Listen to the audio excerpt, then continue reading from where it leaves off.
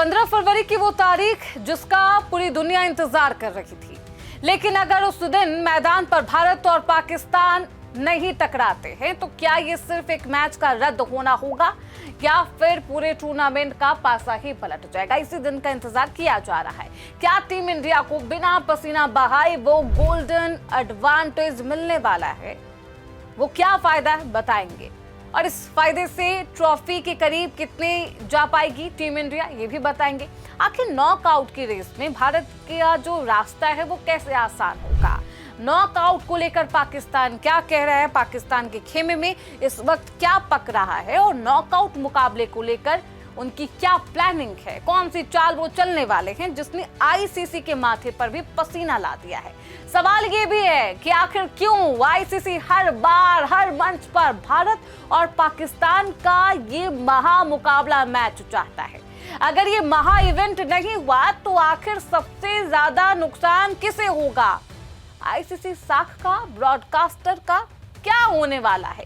इन्हीं सुलगते सवालों के साथ आज इस रिपोर्ट में आपको तमाम जवाब देंगे। बहुत स्वागत है आपका। आप देख रहे हैं प्राइम न्यूज का डिजिटल प्लेटफॉर्म और मैं हूं आपके साथ श्रुति अंकल। क्रिकेट की दुनिया में जब भारत और पाकिस्तान के नाम एक साथ आते हैं तो मैदान की घास भी जैसे अंगारे उगलने लगती हो। लेकिन 15 फरवरी को कोलंबो में जो होने जा रहा है उसने पूरी दुनिया के क्रिकेट पंडितों को सोच में डाल दिया है।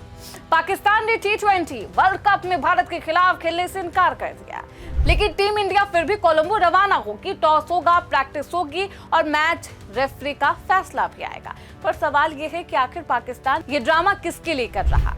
क्या ये बांग्लादेश के पीछे या फिर उसके कंधे का इस्तेमाल करके राजनीतिक चाल चली जा रही? और अगर पाकिस्तान नहीं खेलता है तो क्या भारत को वॉक ओवर के साथ फ्री के 2 पॉइंट्स मिल जाएंगे? आज यही तमाम सवाल क्योंकि पूछे जा रहे हैं। आपको भी समझ नहीं आ रहा होगा कि बंद कमरों के जो अंदर बैठक चल रही है और इस बैठक में क्या पक रहा है।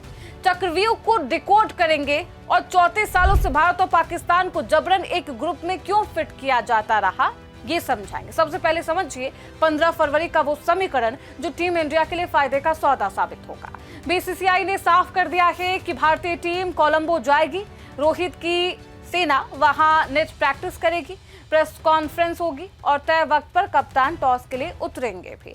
लेकिन अगर पाकिस्तान के कप्तान सलमान अली आगा वहां नहीं पहुंचे तो मैच रेफरी भारत को वॉक ओवर दे देंगे। इसका मतलब है कि बिना एक गेंद फेंके भारत के खाते में 2 कीमती पॉइंट्स और पाकिस्तान का नेट रन रेट पाताल में। लेकिन क्या पाकिस्तान ये जोखिम उठा पाएगा? अगर भारत और पाकिस्तान दोनों ही टॉस पर नहीं पहुंचे तो पॉइंट्स बट जाएंगे, लेकिन नुकसान फिर भी पाकिस्तान को ही होगा क्योंकि उनके लिए अगले राउंड की राह मुश्किल हो जाएगी। आईसीसी फिलहाल वेट एंड वॉच की मुद्रा में हर मुमकिन कोशिश की जा रही है कि ब्रॉडकास्टर्स को नुकसान से बचाया जा सके, बॉयकॉट की भेंट ना चढ़े। लेकिन पाकिस्तान एक अलग ड्रामे पर आतुर है। अब सवाल है कि पाकिस्तान अचानक इतना बागी क्यों हो गया? दरअसल यहाँ पर बांग्लादेश एक मुद्दा है। सुरक्षा कारणों का हवाला देकर बांग्लादेश ने भारत आने से मना किया, जिसके बाद आईसीसी ने बेहद सख्त रुख अपनाते हुए बांग्लादेश को हटा दिया टूर्नामेंट से और स्कॉटलैंड को उसकी जगह दे दी, उसकी जगह एंट्री दे दी। अब पाकिस्तान इसी बांग्लादेशी गुब्बारे में हवा भर रहा है, फूंक रहा है और इस पर ड्रामा कर रहा है। पाकिस्तान की सरकार ने ऐलान कर दिया है कि वे 15 फरवरी के मैच का बॉयकॉट करेंगे। लेकिन क्या पीसीबी इस स्टैंड पर टिक पाएगा? अगर पाकिस्तान खेलता है तो आईसीसी उन पर रेवेन्यू बैन लगा सकता है। उनके प्लेयर्स को पीएसएल के लिए एनओसी मिलना बंद हो सकती है और वर्ल्ड टेस्ट चैंपियनशिप के पॉइंट्स भी काटे जा सकते हैं। यानी पाकिस्तान का ये विरोध उसे क्रिकेट के नक्शे से मिटाने की ताकत रखता है। अब उस रहस्य से भी पर्दा उठा देते हैं जिसने पिछले 12 से 13 सालों से फैंस को हैरान कर दिया कि आखिरकार इतनी दुश्मनी है पाकिस्तान से या पाकिस्तान को भारत से, तो आईसीसी टूर्नामेंट में भारत और पाकिस्तान एक ही ग्रुप में क्यों होते हैं? ये मुकाबला क्यों होता है? 1992 से लेकर अब तक 27 टूर्नामेंट्स में से 22 बार इन दोनों का मुकाबला हुआ।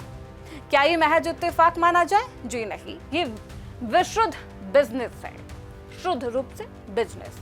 भारत पाकिस्तान मैच का मतलब है दुनिया के 90% क्रिकेट व्यूअरशिप का एक जगह सिमट जाना। ब्रॉडकास्टिंग राइट्स की कीमत अरबों में इसलिए होती है क्योंकि इसमें भारत पाकिस्तान मैच की गारंटी होती है। आईसीसी टूर्नामेंट की डिजाइन को इस तरह तैयार किया जाता है कि ग्रुप स्टेज में इन दोनों का मुकाबला होना पक्का हो, ताकि रेवेन्यू का जो ग्राफ है आसमान छू जाए। ये सिर्फ खेल नहीं, ग्लोबल ऑडियंस और विज्ञापनों का वो दबाव है जिसे आईसीसी भी नजरअंदाज नहीं कर सकता।